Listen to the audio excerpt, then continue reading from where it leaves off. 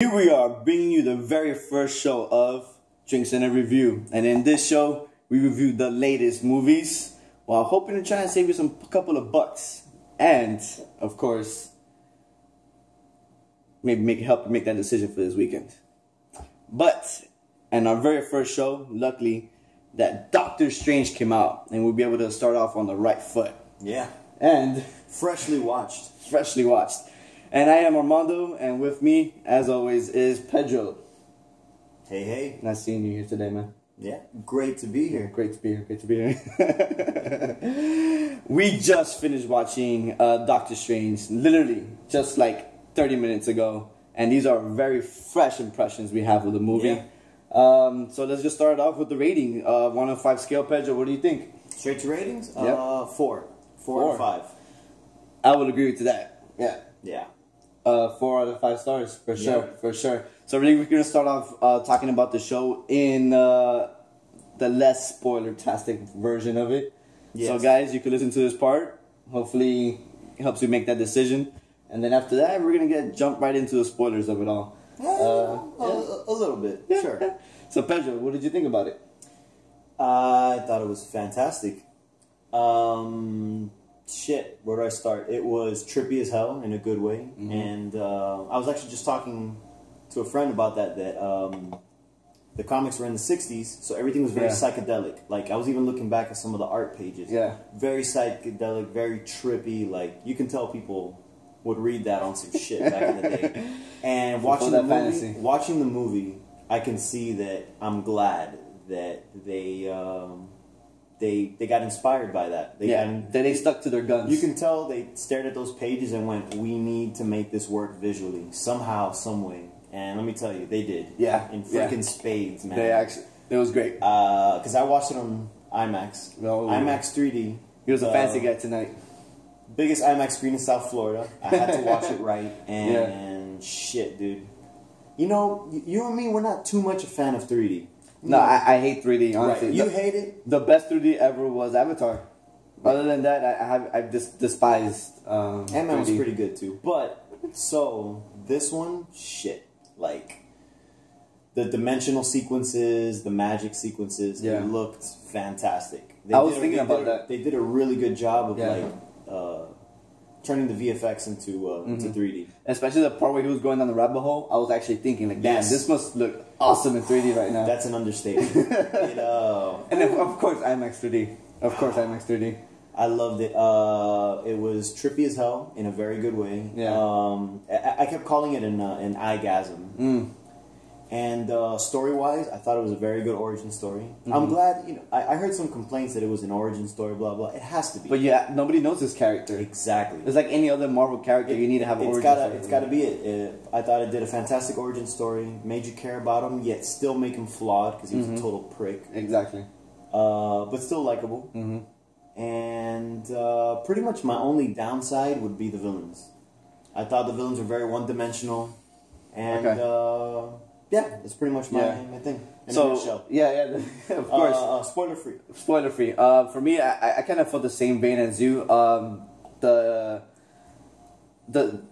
action sequences were very well choreographed, especially how the movie opened up. That part was awesome. Oh, yes. Exactly.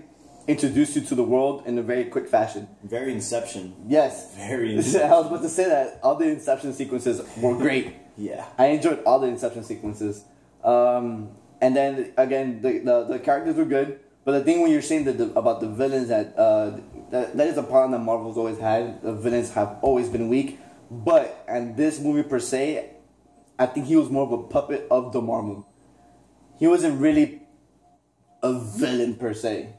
You get what I'm saying? He wasn't. He was the guy below the top dog. But still, if you're gonna make an antagonist of the film, he still needs to be interesting, and it was very generic. Aside from some of the banter they had, it was really just like, oh, you know, bad guy number 2 type thing. Yeah, of course. And like a henchman. And exactly, and he totally was. And I know what you're trying to say, and I get that, but still, you needed an interesting antagonist. Yeah, of course. Someone that they could level up against. Because really what made, I guess, any of the villain scenes likable was the insane action sequences. Yeah. That's it, really. Yeah. but I didn't give a crap about anyone there. You know, No, none of that. not at all. I never sympathized with the villains. I could care less about what they were doing. Exactly. I just wondered the whole time when the movie was going on, I was like, how are they gonna stop him? And that's honestly what stopped it from being a 5 out of 5. That kicked it down a whole notch. But that's always been the problem with Marvel movies. The villains are always the weakest link, except for Loki. Yes. Because Loki was very well thought out, actually. Yeah. You know, he understood why he was doing what he was doing. In the spoiler section, I'm gonna get into something like that. And he had 2 movies to actually portray himself in. You know, so I enjoyed the movie. I thought it was a great ride. I don't think it's one of the top Marvel movies. And then the reviews I've been reading about the movie, they're like, oh man, this is like top Marvel movie. I'm gonna disagree. I don't agree it's one of like the top Marvel movies. It's up there. I enjoyed Ant-Man more than I enjoyed Doctor Strange. Let's see, out of all these movies, it's easily top 5. Easily top 5. But I still enjoyed it. Doesn't mean that I didn't have fun watching it. It was a great piece of movie. Right. But I wouldn't say that is a top Marvel movie. It's still fun. I enjoyed the ride. Benedict Cumberbatch was fucking on point. Yeah, I actually really liked his American accent. I was a little worried going in. Yes. Because, I mean, the dude is so freaking British. He's so British. I mean, just listen to that name. Yeah. Benedict Cumberbatch. He's so British. And the funny thing is that when I was watching, the trailers, I told you, I remember I told you, like, I'm not feeling his American accent in the trailer. And that scared me. Yeah, he said like 3 words in the trailer. And those 3 words, I'm like, his American accent is kind of iffy. But then in the movie, I was like, man, he actually did a very good American accent. Yeah. Like, and that was the most thing I was afraid of is of his accent and how well it was going to come across. And he did a very good job. Yeah. So that's my little thing there. The movie was good. I enjoyed it. I had fun. It was great sequences, a great eyegasm. Those sequences were incredible. Man. The story was good. And they jumped straight into it very quickly. And I thought they were going to explore him being the doctor a little bit more. Being a dick. Yes. And I thought so too. Yeah. But they jumped into it. Like within the first 15 minutes, that's it. He's already into his conversion story. Yeah, you know what I'm saying? So they jumped right into it. And I think that's what helped out the pacing of the movie. That they jumped right into the... very, very fast paced. Yeah, very fast. In a good way. And exactly in a good way. I never felt like, man, something is missing or I feel lost or nothing. Like this happened to him, and now this is going on. The call to the hero, whatever it is that they're doing. So it was good. I enjoyed it. So you guys, at this point, we're gonna start jumping into spoilers. But we yes. But we both agree you have to go see it. It's a great movie, and if you have a chance to go watch it in IMAX, Pedro, highly recommended. Highly recommended. Yes, go watch it in IMAX in all its glory. So now we're gonna jump into the huge spoilers of the movie. So if you saw it, keep watching it. Hopefully you agree with us. But if you didn't, time to cut it, guys. And until next time. So Pedro. All right. Let's jump into those spoilers. Spoilers. Break it down for me. Well, let's see. Sequences were fantastic. Like I said, it opened up perfectly. Yeah. With the super Inception scene in the beginning. Yep. And that introduced you to the world and the magic. And you know what I liked about the magic? It wasn't in-your-face magic. It was very low-key. It was very subtle. I love the mandalas that they had, the symbols of all of it. Just like I said, visually it was just fantastic. Everything they did, you could tell they did a lot of research into like chakras and all that, because all those symbols, those are all like legit shit. And the hand movements weren't like insane, like doing crazy things. They were actually very subtle hand movements. It was also very Airbender too. Yeah, exactly. And that's something I wish Airbender would have done instead of the exaggerated versions they did. I didn't really like, again, like the villain. I like Matt Mikkelsen. He's great. Yes. But his whole purpose of turning to the dark side was pointless. Yes. And that's one point I didn't really understand. Why did he go to the dark side just because I guess of power? It's pointless because we didn't know his backstory. Yeah. Because they just said he lost everything. Yeah. And you don't really know what. But really the point of him was, like you said, to introduce Dormammu. And even better yet, to introduce Mordo. Mordo's fall. Yeah. Which is this guy's sidekick. In a way, I wouldn't even say sidekick. No, His buddy. Yeah. Because So he is the biggest. I barely read any of the stories, but I read some of the I guess essentials of Doctor Strange, and I kept hearing Mordo, and I'm like, this guy's a bad guy. Yeah. So the whole time thinking he's going to betray them. At one point, he's going to do this and that. Mm-hmm. And I'm like, man, he's pretty legit. He's hanging in there. Yeah. And then finally, at the end, that's when he kind of has his crack. Did you stay after credits? I said when I saw the Thor one, the Thor sequence. There was one more. There was one after it. Oh my god! All right, so what was it about? I didn't catch it. Well, the one at the very end shows. Do you remember the dude that was playing basketball? Yes. And the one that got the paralysis or whatever? Yeah. You see him kind of like just chilling at his home. And then Mordo comes in and introduces himself.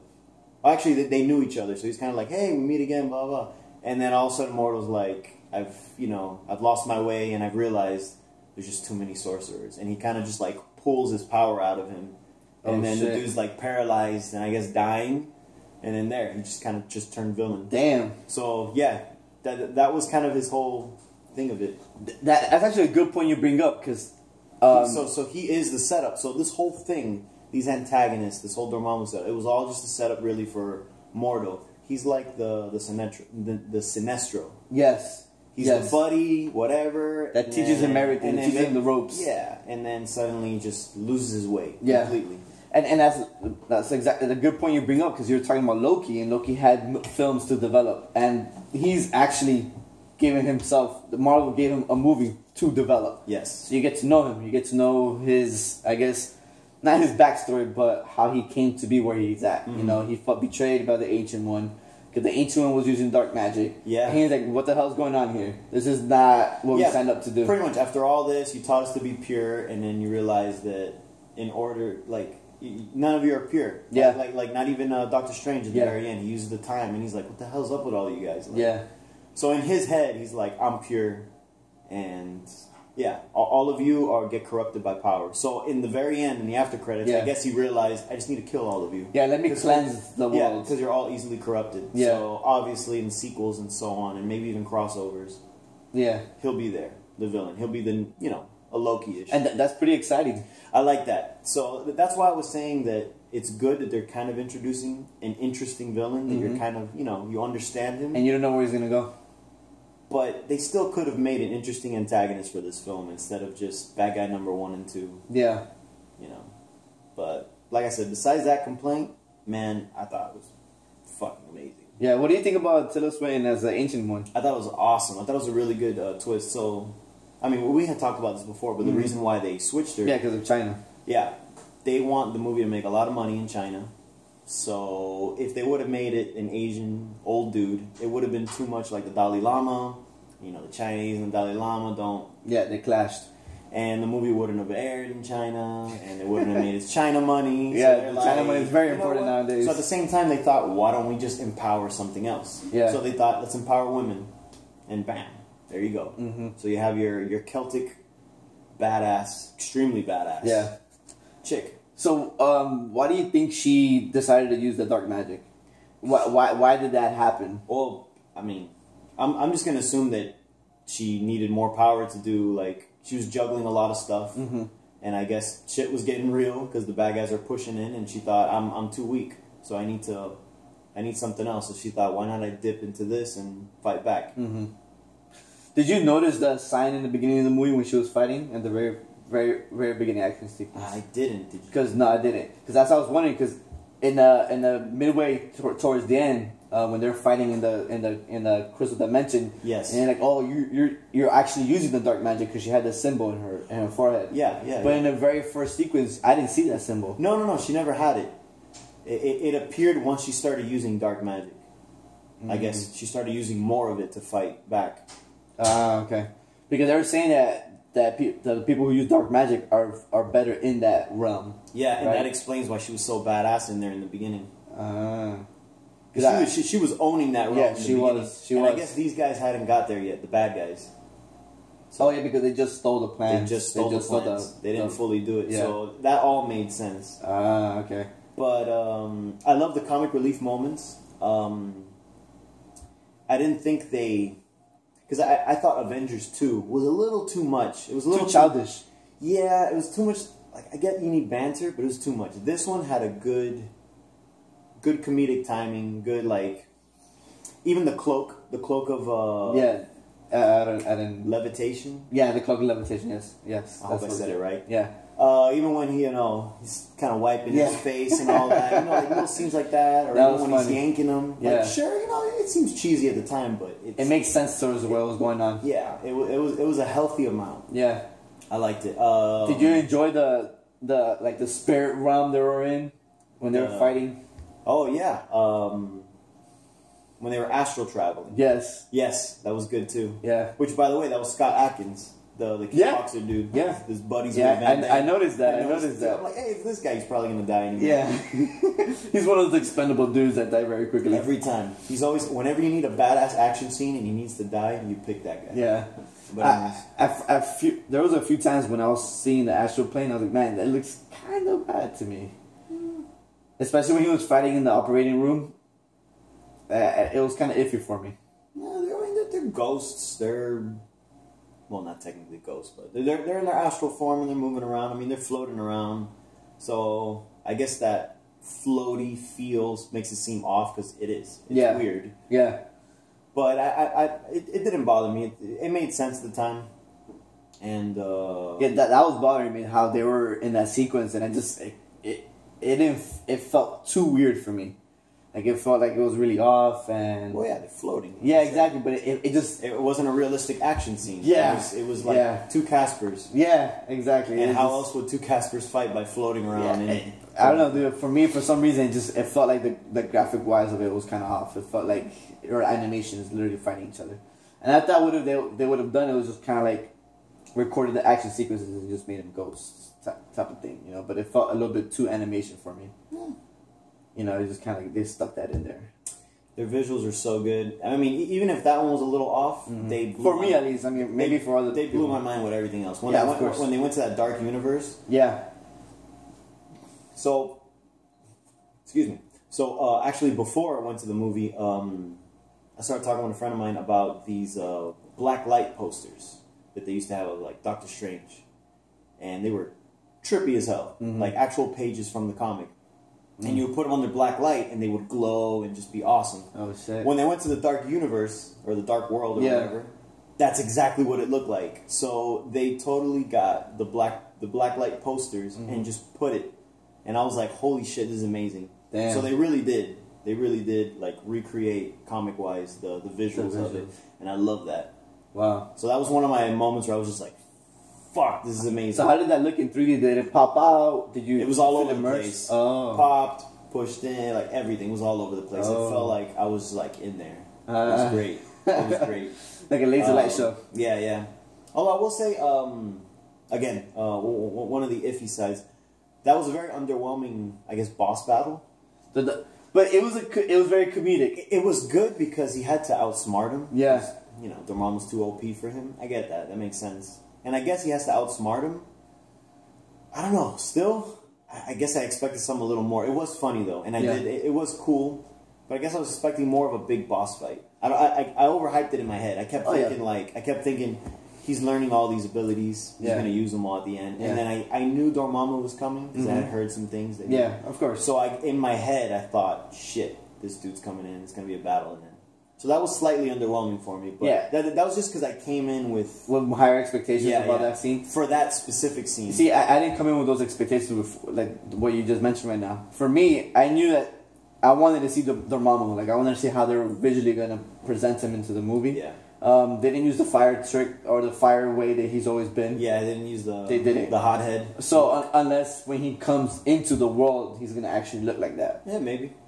So that's why I wasn't expecting a big boss fight, because Doctor Strange, for me, when I read a few comics, I saw the animation movie, and Dormammu never really comes out in the first appearance.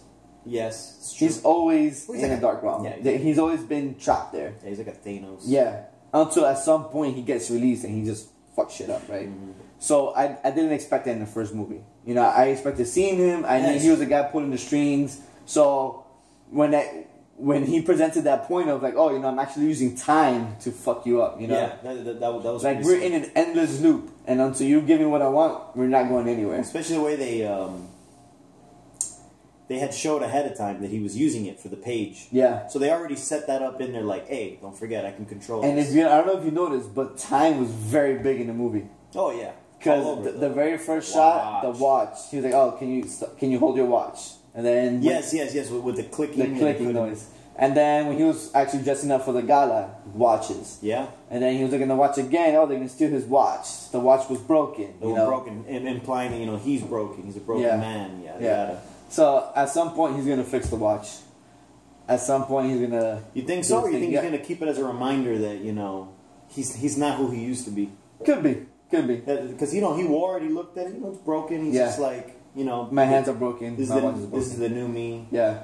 So maybe, but I feel like with his power, he's gonna be like, you know what? I'm gonna fix it, and probably that's gonna be in the next movie where he fixes it, and at the end he's like, you know what?